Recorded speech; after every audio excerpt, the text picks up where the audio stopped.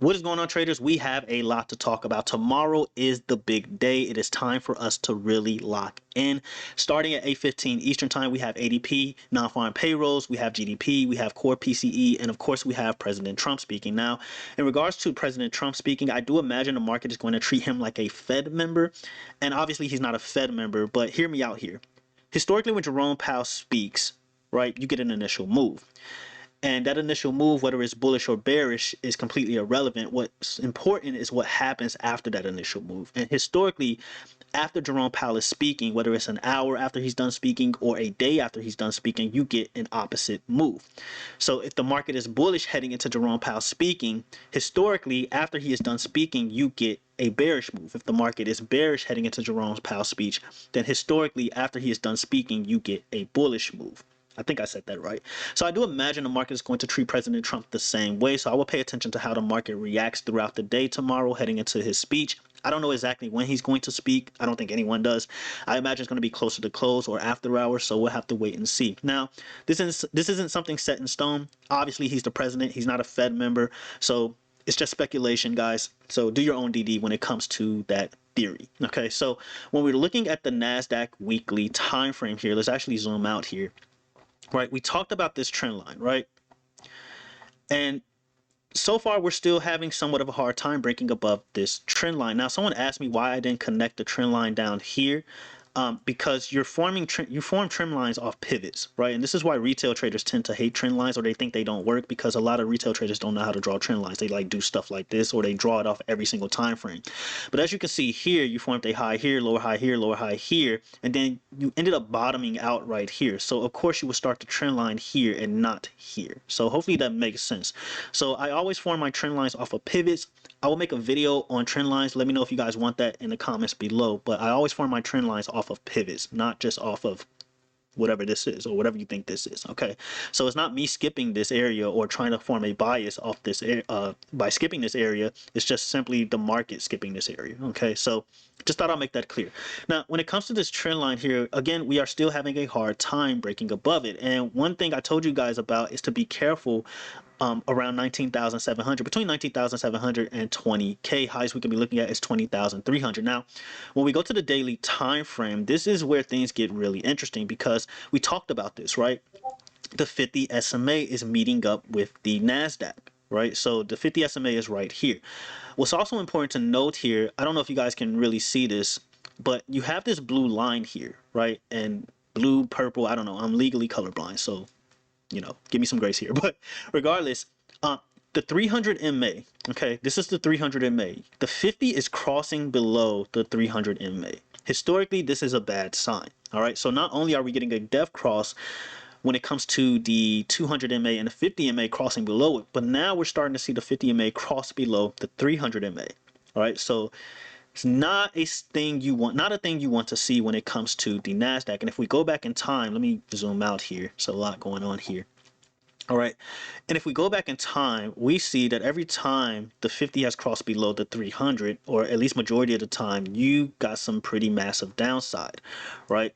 So something you don't want to take lightly. Okay, and here you never crossed below the 300, so you got a little cross below the 200, but ultimately you ended up pumping back towards the upside, right? But here as well, you crossed below the 300 and you saw the market tank towards the downside. So this is something you definitely want to take seriously when it comes to the NASDAQ. Again, one thing we did talk about is historically when you form a death cross, at some point in time, you end up retesting that death cross, and whatever happens from there is really up in the air.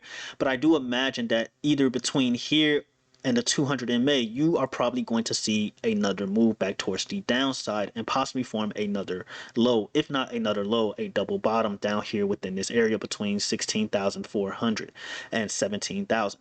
So that's what I'm looking at when it comes to the NASDAQ as far as potential downside. You definitely want to pay attention to the 50 MA, and if you are interested in the 300 MA, feel free to put it on your charts, but definitely pay attention to how these two react to each other heading into tomorrow.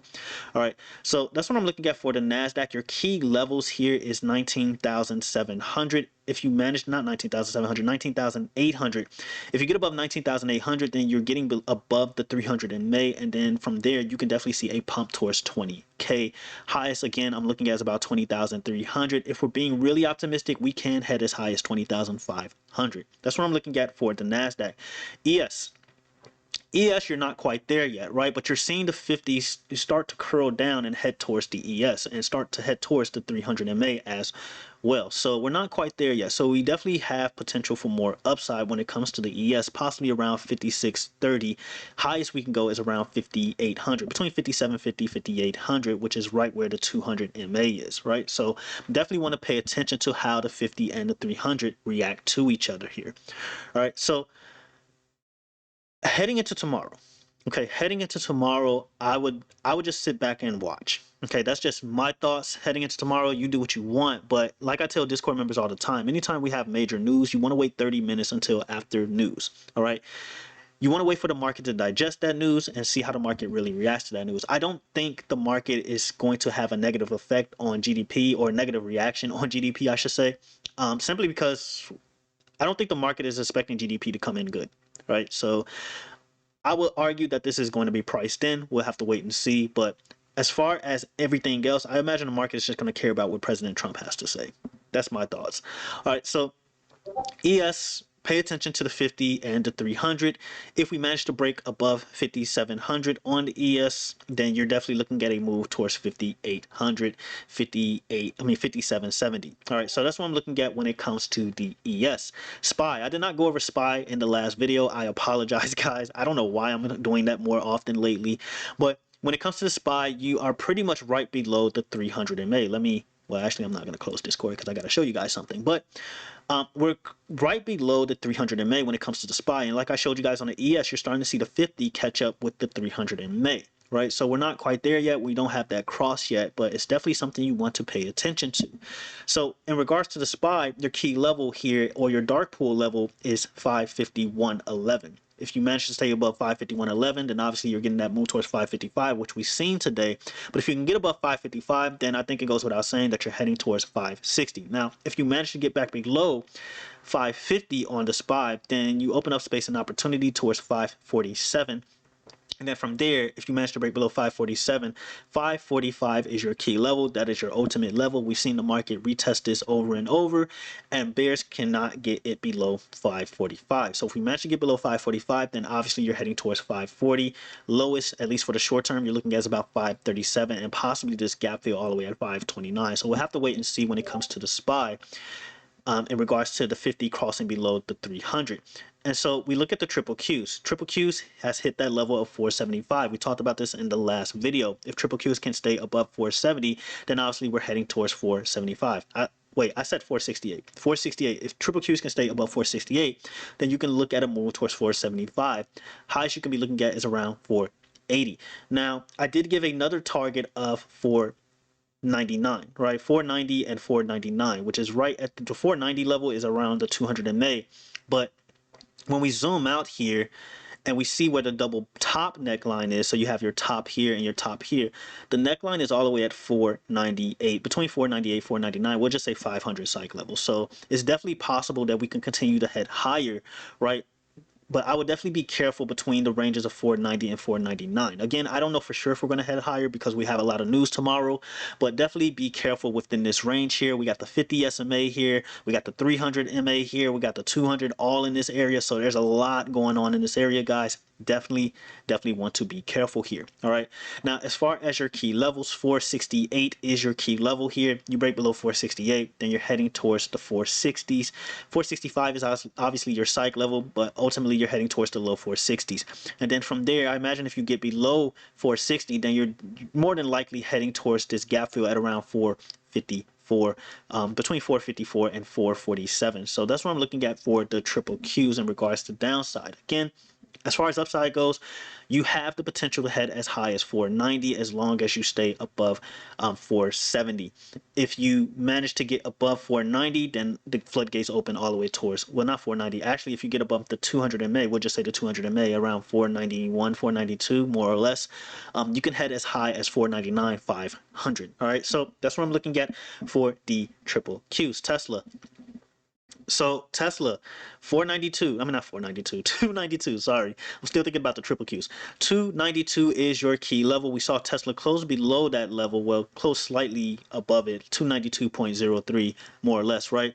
And Tesla has retested its death cross. So, like I said before, typically historically when you get a death cross at some point in time, the market does retest the death cross, right? So we've officially retested the death cross for Tesla, and you want to pay attention to 292. If Tesla manages to get above 292, then you're heading towards 300, like without a doubt. Okay, so pay attention to that. You'll be above the 200 MA at that point, and then pretty much the sky is the limit. I mean, you can head towards some serious levels when it comes to Tesla, but you want to pay attention to the NASDAQ. You want to pay attention to the overall market. Tesla is not going to go too far or pump too far without the overall market, or at least the tech side of the market. So again, we're at the 200 MA. When it comes to Tesla, we've officially retested the death cross. So be careful around this area around 292. All right. We saw Tesla try to break above it today. And ultimately we ended up failing. So 292 is your key level. All right. And if we stay below 292, then the floodgates are open all the way to 270s. All right, so these are your key levels here. Pay attention to it. All right, so that's what I'm looking at for Tesla. If you manage to get below 270 on Tesla, then from that point on, I definitely think you're heading towards 250s. So we'll see. All right. Another stock I want to go over real quick because I did mention it in the last video and I want to knock it out before I end up forgetting. And of course, we're going to talk about what institutions are doing, guys. Just bear with me here. Amazon. So Amazon has earnings coming up. You have this massive head and shoulders pattern, shoulder here, head here, another shoulder here, and then your neckline is right here. Okay, there we go. And your neckline is right here. So far you're retesting the neckline. You're slightly above it, it looks like, when it comes to Amazon. I'm going to get rid of this, actually. When it comes to Amazon, you do have the neckline at around, I want to say 185, 186, more or less. But the head and shoulders, the measured move for this head and shoulders is all the way at 130. All right. Amazon has earnings coming up. I don't know how that's going to play out, but I do imagine that if Amazon is going to pump for earnings, best case scenario is that you're looking at a move towards 200, 204 before possibly wicking back towards the downside and filling these gaps all the way at 175. Again, the measure move for this head and shoulders pattern is 130. I don't think earnings is going to make that happen, but it could be the start of it. All right, so pay attention to Amazon here. The weekly time frame, when it comes to the weekly time frame here on Amazon, bounced here, bounced here. You're pretty much retesting this trend line right here. Not only are you retesting this trend line, but you're at resistance at around 188. We'll just say 189. As you guys can see, there's a lot of turbulence in this area as well. So here you have a lot of turbulence. Here you have a lot of turbulence. So there's a lot Amazon has to deal with when it comes to upside. And I do think upside is pretty limited when it comes to Amazon. I believe they had like bad news today when it comes to tariffs as well. I don't know if that's going to play a role when it comes to earnings, but you definitely want to be careful with Amazon. I do think upside is very, very limited when it comes to Amazon. Not only that, but when you're looking at the weekly, let's get rid of all this real quick because I want you guys to see this. You have the weekly 50 SMA right here at around 197. So I think upside is very, very limited when it comes to Amazon. Again, you can pump for earnings. I just don't think that pump is going to hold. I could be wrong. It's earnings. At the end of the day, it's 100% gambling. We'll have to wait and see when it comes to Amazon. Ultimately, I think Amazon at some point in time is going to retest the 200 MA on a weekly time frame. Best case scenario or worst case scenario, you retest the 300. So that's what I'm looking at for Amazon. Now let's talk about quant data and then we'll get back into stocks real quick.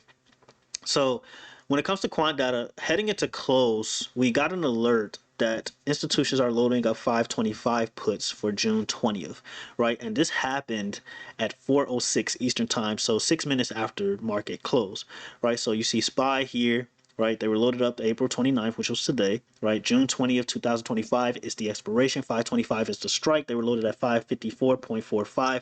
Quantity is a decent amount, right? And then you see the premium is 4 million, right? So you had a lot of puts come in heading into close. You had like 8 million worth of puts coming into close. So I imagine the market is preparing for, or potentially preparing for, what's going to happen tomorrow, whether it's GDP or Trump speaking, I don't know. But you definitely want to be careful here. And then we look at the consolidated order flow here. right? Heading into close, you had IWM puts come in as well. You had 186 strike puts come in at around 196.16. Quantity is 7K. They were at the ask, and then you have 2.63 million in premium, and then you have more SPY puts come in at 527 strike. Expiration is May 16th with a 3,000 quantity.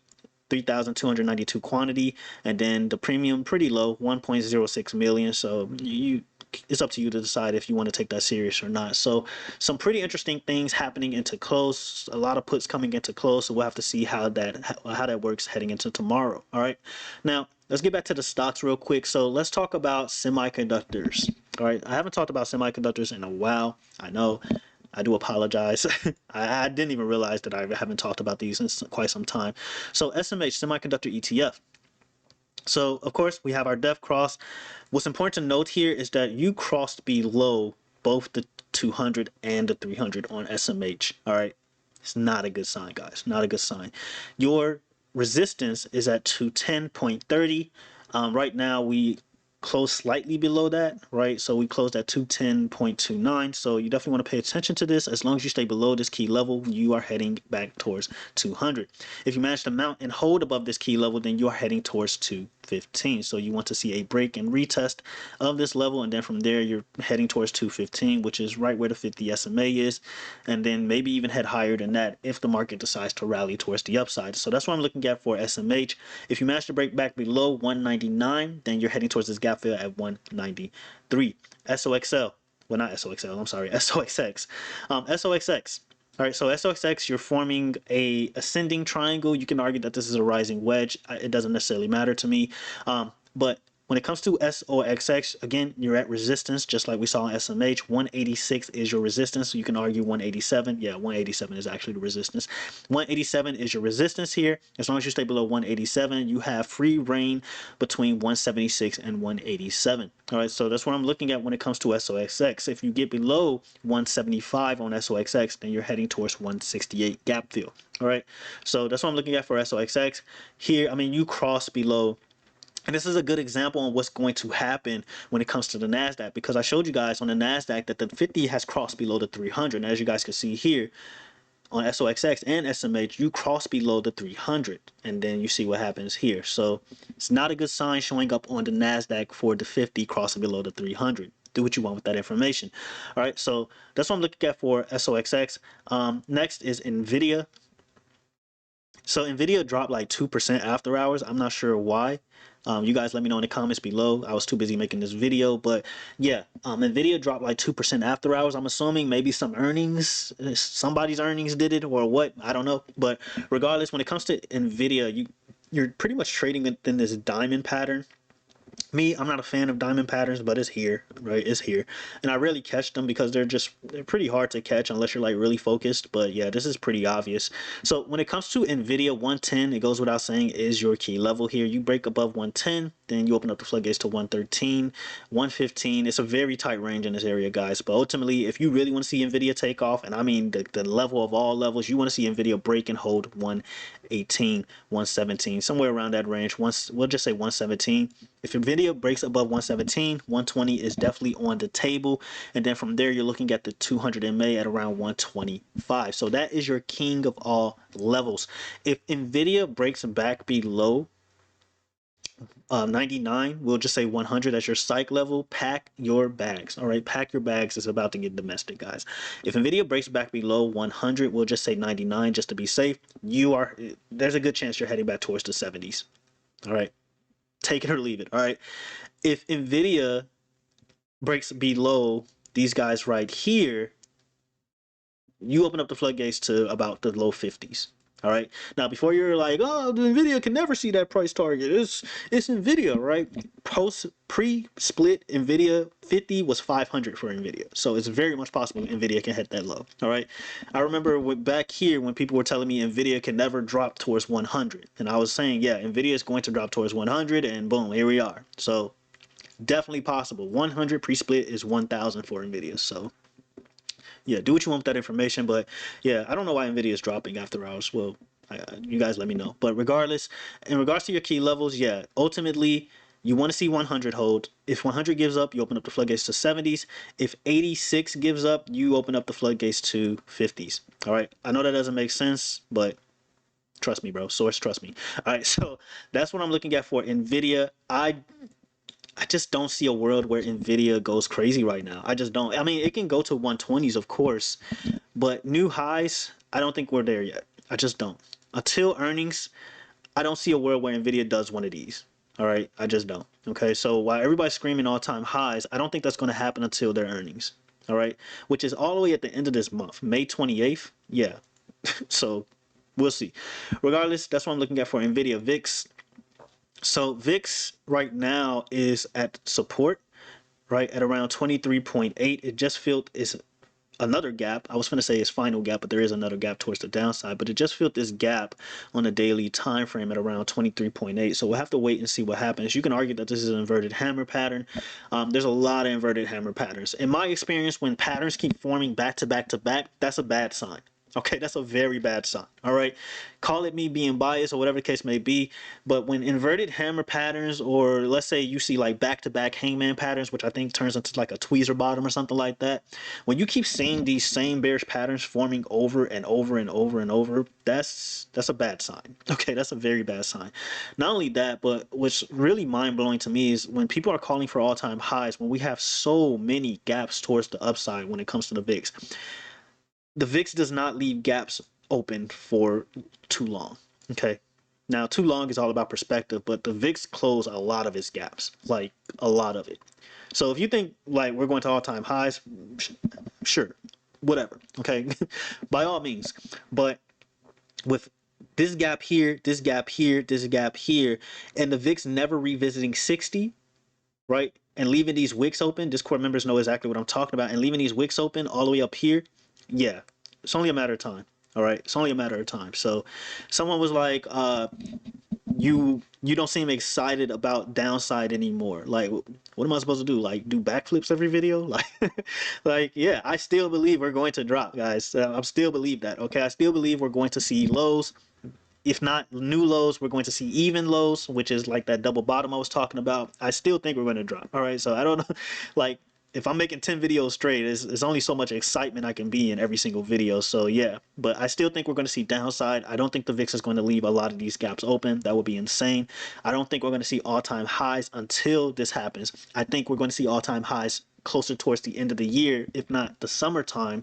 But ultimately, yes, I still think we're going to see another drop. I think it's going to be a lot worse than what we just witnessed before, right? I think the VIX is going to head back towards the 60s again and clear this area out because there's a fair value gap all the way up here that needs to be mitigated right around here, right? So regardless if the VIX heads to 60 or not, this needs to get taken out. Okay, this area needs to get taken out.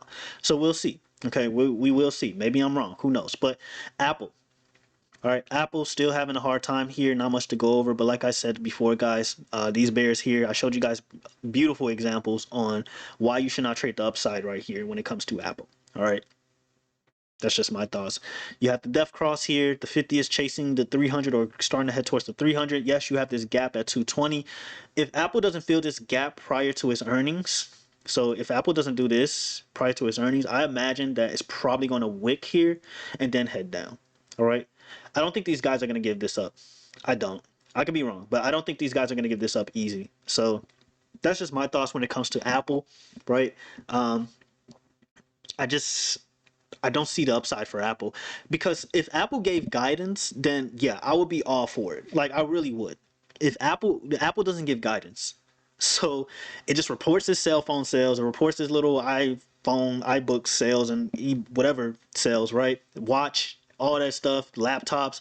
It reports all of that, but it doesn't give guidance. So it's just really hard for me to think that, Apple's just going to, oh my God, I don't think that's going to happen, right?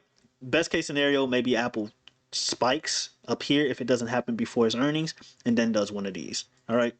So I do think Apple is going to revisit this area down here at around 185. Again, if it blesses you with this buying opportunity and you missed out on the last time when I talked about this, you might want to take it.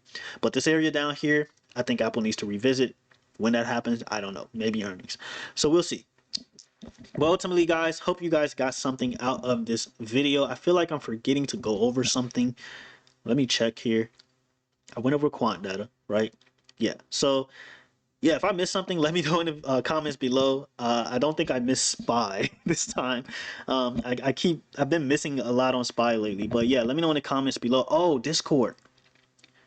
No, I'm not gonna go over what we won or anything. Discord, SPY. Our Discord bot alerted to us that institutions got into SPY puts. Now, me, I don't like orders that's 5. It's kind of eh. But regardless, institutions jumped into SPY puts, 520 strike. Expiration is June 20th. The premium is 1.35 million, and then I think there was another VIX call that was alerted as well. 38 calls for the VIX, June 18th. So it looks like June is going to be between May and June is going to be some serious downside if these just so happen to play out. So we'll see. But let me know what you guys think in the comments below. Until the next video, traders, have a good one.